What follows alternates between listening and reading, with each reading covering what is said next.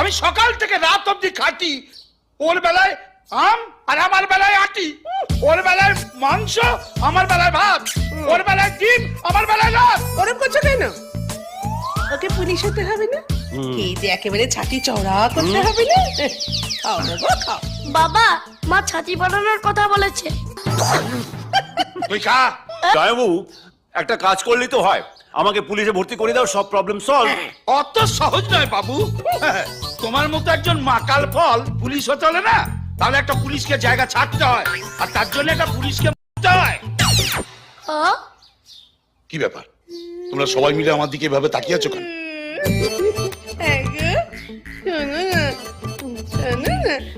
তুমি এটুকু করতে পারবে না বলো? আমার সোনা ভাইটার জন্য তুমি চুপ পারবে না? এখানে তুমি বউ না, সাদা শাড়ি পরার জন্য একবারে উত্তলা হয়ে উঠেছো।